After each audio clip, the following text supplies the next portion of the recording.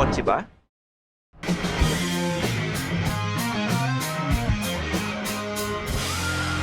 Phil Kotse na.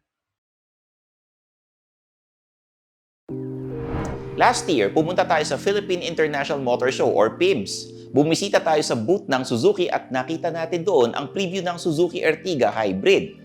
Sabi nila noon, tinetest nila ang market kung ano ang magiging reception sa isang hybrid MPV. Siguro naging maganda ang resulta kasi nandito na tayo ngayon, January 2023, at ni-launch na nila officially ang Suzuki Ertiga Hybrid dito sa Pilipinas. Tingnan natin ano ang meron dito sa revised MPV ng Suzuki in this quick look.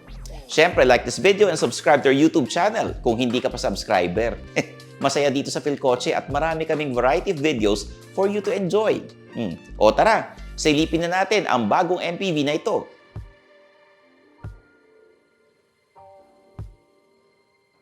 At first look, hindi mo akalain na bago ang MPV na ito dahil minor improvements lang ang meron nito sa exterior.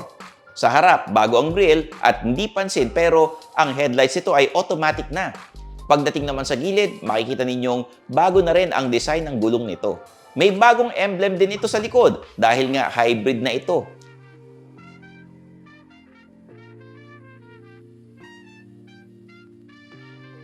Sa loob naman, nagbabalik ang isa sa mga polarizing aspect ng Ertiga, the wood veneers.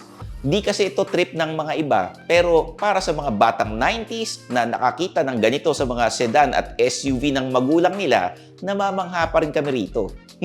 Medyo lumaki rin ang screens ng Ertiga dito sa loob. Sa gauge cluster ay may 4.2-inch vehicle computer na, habang ang center touchscreen ay nasa 10 inches na with smart connectivity raw. Abangan natin if that means Apple and Android capability.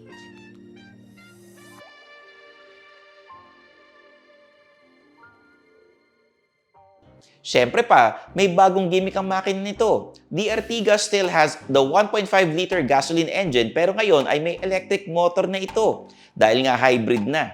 Dinagdagan pa ito ng engine auto start-stop function to better help with fuel efficiency. Transmission is still 4-speed automatic or the 5-speed manual. Combined, nagtala daw ito ng 12.54 km per liter in city driving as observed by AAP.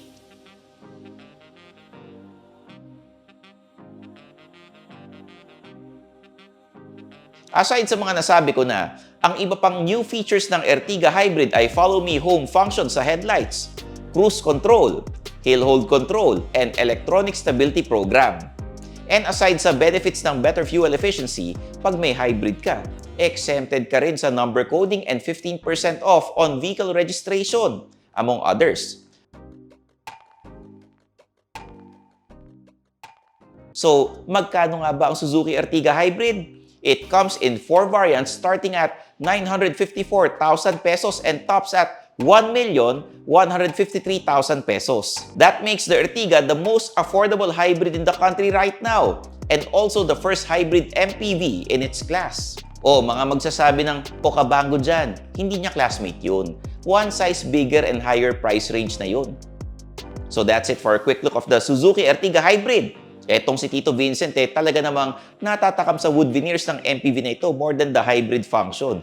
Uy, huwag kalimutang mag-subscribe ha. So, I'm your host, Stanley Chi, yung senpai ng turbuhan na nagpapaalala sa inyong lahat na i-follow ako sa mga social media accounts ko. Kumpleto ko niyan. TikTok, Facebook, Instagram, yung mga YouTube na yan, meron din ako. youtube.com/StanleyChi. At syempre, makinig sa aking podcast, Underpaid with Stanley Chi sa Spotify and Apple Podcasts. So, paano ba yan? Magkita-kits tayo sa next video dito lang sa Philcoche. Bye-bye!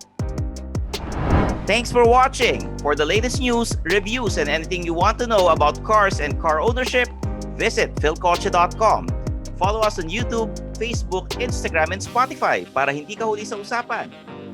Tandaan, kotse ba? Philcoche na!